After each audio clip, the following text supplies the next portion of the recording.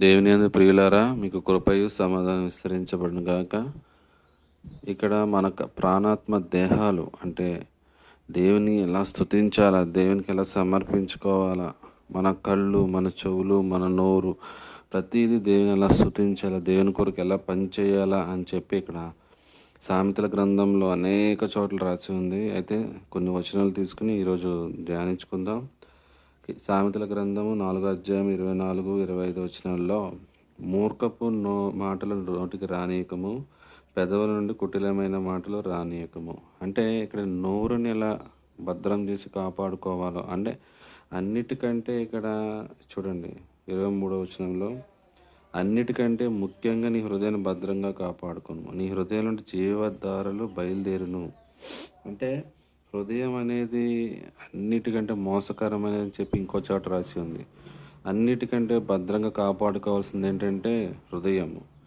అంటే ఎప్పుడైతే మన హృదయం నిండిన దాన్ని బట్టి నోరు ఏం చేస్తుంది, మాట్లాడుతుంది. ఎప్పుడైతే హృదయంతో దేవుని ప్రేమతో నింపబడతామో, ఆయన కృపతో నింపబడి ఉంటామో, క్షేమకరమైన మాటలు, ఇతరులకు క్షేమాభివృద్ధి కలిగజేసే మాటలు వస్తాయి. కానీ కుటిలమైన మాటలు, కపటమైన మాటలు, మోసపు మాటలు, అవిశ్వాసపు మాటలు రావన్నమాట. ఆ నోటిని ఏంటంటే మనం భద్రంగా కాపాడుకోవాలి. ఆ నోటిని దేవుని స్తుతించాలి. ఆ నోరుతోనే దేవుని స్తుతించడం, ఆ నోరుతోనే దేవుని బిడ్డల్ని శపించడం, విశ్వాసాలను శపించడం, తోటి సహోదరుల్ని శపించడం, దూషించడం, బూతులాడటం, ఇది కరెక్ట్ కాదనమాట. ఏంటంటే ఎప్పుడైతే దేవుని ప్రేమతో నింపబడతావో ఆ విధంగా మాట్లాడవు. అయితే నోరుని అలా కాపాడుకోవాలా. అయితే ఇక్కడ ఇంకొకటి ఏంటంటే 25వ వచనంలో, నీ కన్నులు అటు ఇటు చూడక సూటిగా చూడాలా. అంటే ఇప్పుడు చూడండి, ఎగ్జాంపుల్ పేతురుని తీసుకుంటే, ఎప్పుడైతే దేవుడు నీటి మీద నడుచుకుంటూ వచ్చినప్పుడు నేను కూడా నడుస్తానంటే దేవుడు రమ్మని చెప్పినప్పుడు, ఎప్పుడైతే యేసయ్యని చూసుకుంటూ నడిచాడో, యేసయ్యని చూసినంతసేపు ఆయన ఎటువంటి కింద మునిగిపోలేదు, ఎటు కష్టాల్లో పడలేదు. ఎప్పుడైతే అటు ఇటు అలలను చూచాడో, ఆ గాలిని చూచాడో భయపడ్డాడు అనమాట. ఎప్పుడైతే లోకాన్ని చూస్తామో భయపడతాం, లోక వార్తలు ఎప్పుడైతే వింటామో భయపడతాం. లోకస్తులకు జరగాల్సినది మనకు జరగాల్సిన అవసరం లేదు, జరగదు. వాళ్ళకి ఏదైనా కీడు జరిగి ఉండొచ్చు, వాళ్ళతో కంపేర్ చేసుకోవద్దు. మనం వేరు, లోకం వేరు. మనం ఎప్పుడైతే యేసయ్యకి రెక్కల క్రింద మనకు వచ్చామో మనకి కాపుదల ఉంటుంది. ఆయన రక్తపు కోటలో మనకి ఏముంటుందంటే కాపుదల ఉంటుంది. అందుకే లోకం చూడకూడదు, లోకస్తులను చూడకూడదు, లేకపోతే సేవకులను కూడా చూడొద్దు.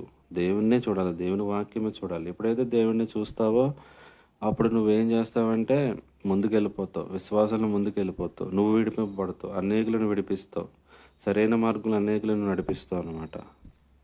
ఇక్కడ చెవి దగ్గరికి వస్తే, నా కుమారుడు నా జ్ఞానోపదేశం ఆలకింపము, వివేకము గల నా బోధకు చెవి యొగ్గుము.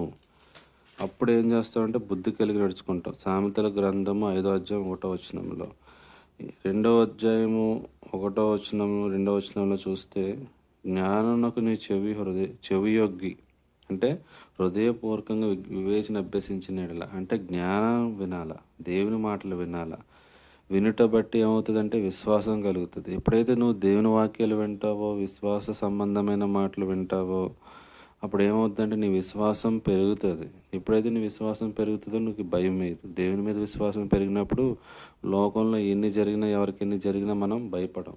ఇదనమాట. సో మన ప్రాణాత్మ దేహాలను కాపాడుకోవాలా, చెవులను కాపాడుకోవాలా, నోరు కాపాడుకోవాలా, కళ్ళును కాపాడుకోవాలా, అన్నిటికంటే ఎక్కువగా హృదయాన్ని భద్రంగా కాపాడుకోవాలా. ఇటువంటి జ్ఞానం మనకి దేవుడిచ్చిన గాక.